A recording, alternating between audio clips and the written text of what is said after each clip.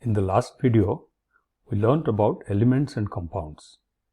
Elements are pure substances which cannot be chemically broken down to any other form, whereas compounds are the ones which consist of different elements, so they can be broken down into their individual elements. The examples were hydrogen and oxygen. So these are elements, but water is a compound because it consists of hydrogen and oxygen having reacted chemically. Now remember that this is different from a mixture. In a mixture, the components can be physically separated through heating or any other means, whereas in a compound, the elements cannot be separated without chemical reaction. So what is a chemical reaction? That is what we are going to study today. What is a chemical reaction? Chemical reaction is a process that involves a rearrangement of the molecular or ionic structure of a substance as distinct from a change in physical form or nuclear reaction. Now remember that case of hydrogen and water. So if you remember, hydrogen exists as a diatomic gas. Oxygen also exists as a diatomic gas. And the molecular structure of water is H2O. That means it has 2 hydrogen atoms and 1 oxygen. So this process involves rearrangement of the molecular or ionic structure. So formation, so we have added hydrogen plus oxygen to give water. We'll continuously take this example because this is something that we experience in daily life about dealing with water, and this is also a very simple reaction. So this process involves rearrangement of the molecular structure. So molecular structure of hydrogen was 2 hydrogen atoms combined by a bond. Similarly, oxygen is 2 atoms of oxygen combined by 1 bond. Now you may remember that the structure of H2O is a bent structure like this with 2 hydrogen atoms joined to 1 oxygen atom. You also remember that oxygen is a much bigger atom compared to hydrogen. Okay. So what has happened here is that the bond between hydrogen and oxygen has broken, and instead new bonds have formed. So this involved breakage of H kind of a bond and O bond, and it involves formation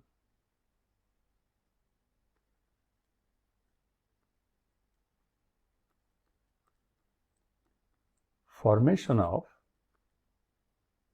OH bond. What happened is that the reactants, namely hydrogen and oxygen, they were converted to products. So this is the definition of chemical reaction. It involves rearrangement of molecular structure and reactants are converted to products. In this case, hydrogen and oxygen are the reactants and water is the product. And rearrangement involved breaking of hydrogen-hydrogen bond and oxygen-oxygen bond and formation of OH bond. Now, this reaction can also be breakage of ionic structure.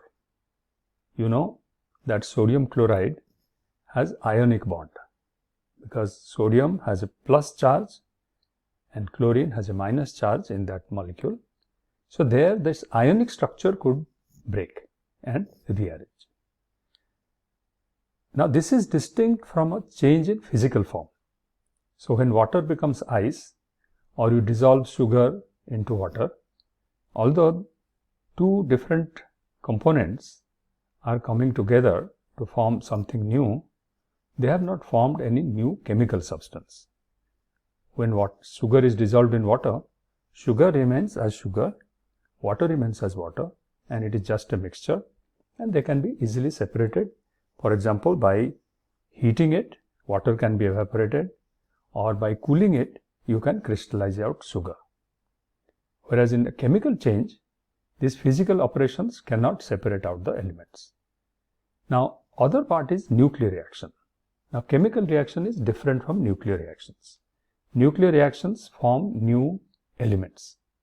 So, when a nuclear reaction happens, either an element forms an isotope or an element becomes a different element. So, on the top we have the example that we have been talking about throughout our videos. Hydrogen and oxygen react to give H2O, that is water. Now, you can see here that there is a mention of an additional thing, which is the heat. Now, this is a characteristic of this reaction. In fact, quite a few reactions give out heat. So, in case of hydrogen and oxygen, there are two things here. The reaction is very fast. So, if you bring hydrogen in contact with oxygen, there will be a pop, like a flame lighting up, and the reaction is over. We'll talk about the rates of these reactions a little later, but first thing is that it is very fast. And second is that it generates heat. So, it generates heat. Now, such a reaction is also called exothermic.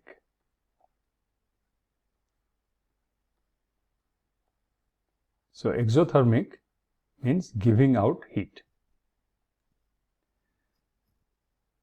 There is another aspect you will see, that the number of molecules that react is also fixed. We will come to that point in the next slide. Now, let us look at some other examples. Another example is reaction of nitrogen and hydrogen to give ammonia. You can see here that this should be 3 hydrogen molecules are required for forming this compound of 2 ammonia, and we will learn why in the next slide. Similarly, you have magnesium plus oxygen giving you magnesium oxide and combustion of C6H6. So, this is benzene. So, benzene is a component of hydrocarbon oils. So, it is an aromatic compound. Now, benzene can react with oxygen to give carbon dioxide, water and heat.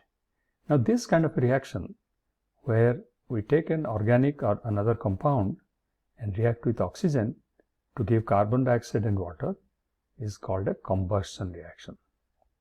So, when you have gas stove burning, so we have various components that are part of the that are recovered from oil, crude oil, and these are used for burning and producing heat, and that is called combustion reaction. And the product of that is carbon dioxide and water, and heat, of course, is our reason why we are burning these products. Okay. So, now let us go back and look at some other aspects of these reactions. One of the aspects you can see is that in this reaction here, G means gas, and L means liquid, and S means solid. So, in this reaction, there are 2 gases which react to produce a liquid. Here you can see nitrogen and hydrogen both are gases, and they react together to produce ammonia, which is also a gas. In magnesium oxide formation, we have magnesium, which is a solid, oxygen is a gas, and the product is a solid.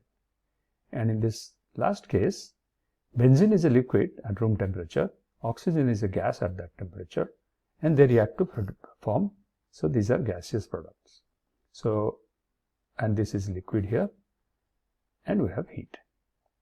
So, these are the various types of reactions that can happen between different states of matter. One of the important characteristics of these reactions is that the mass on both sides must be balanced.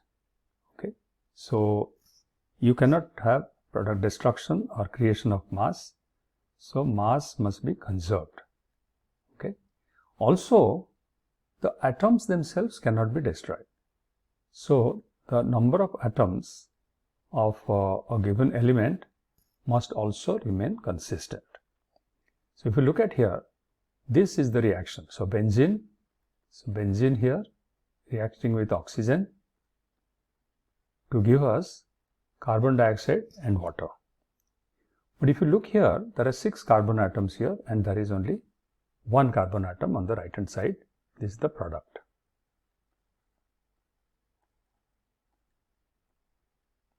So that must be corrected. So we have to multiply here with 6. So we'll get 6 carbon dioxide.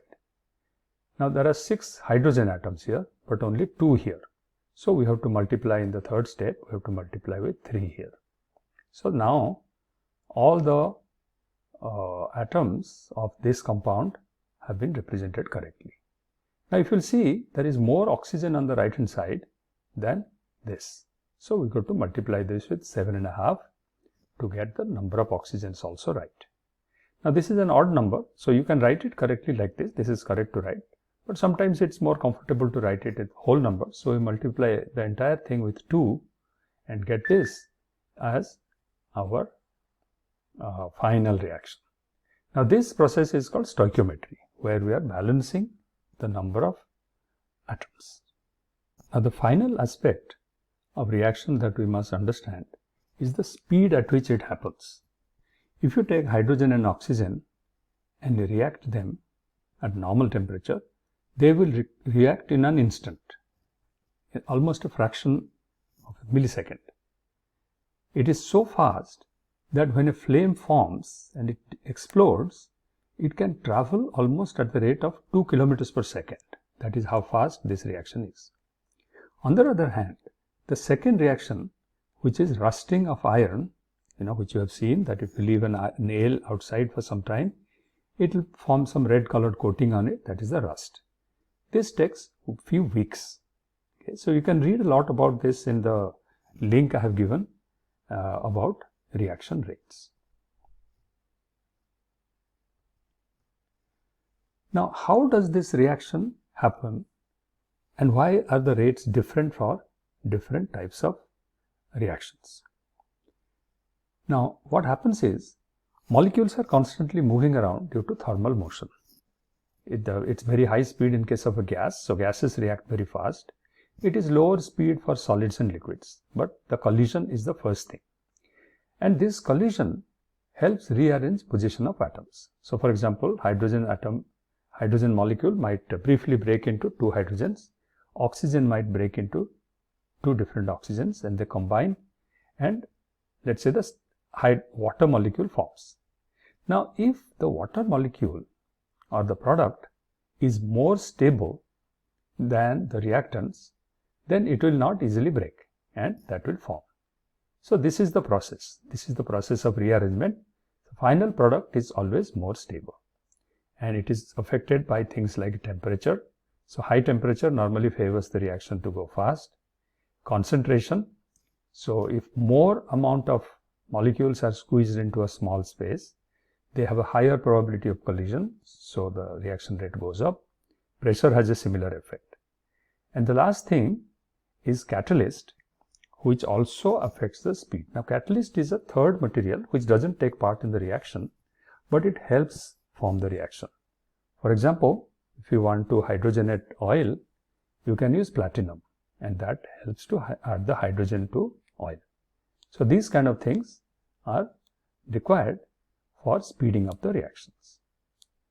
So you can go into the website which I had referred earlier and learn more about these reactions, and we will now move on in the next video to various chemicals that we deal with.